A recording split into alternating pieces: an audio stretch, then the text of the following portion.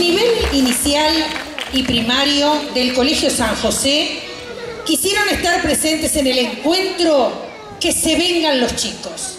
Por eso a continuación se presentan los pequeños de Sala Amarilla que participan semanalmente del tallercito de folclore Semillitas de mi Patria, acompañado del coro integrado por alumnos de segundo y tercer año a cargo de la profesora de música señora Gabriela Piñeiro.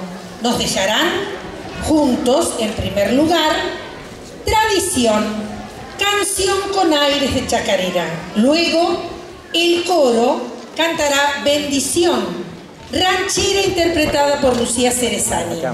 Y para terminar juntos, la vicuñita, Huayno, que tiene algunos versos cantados en lengua quechua.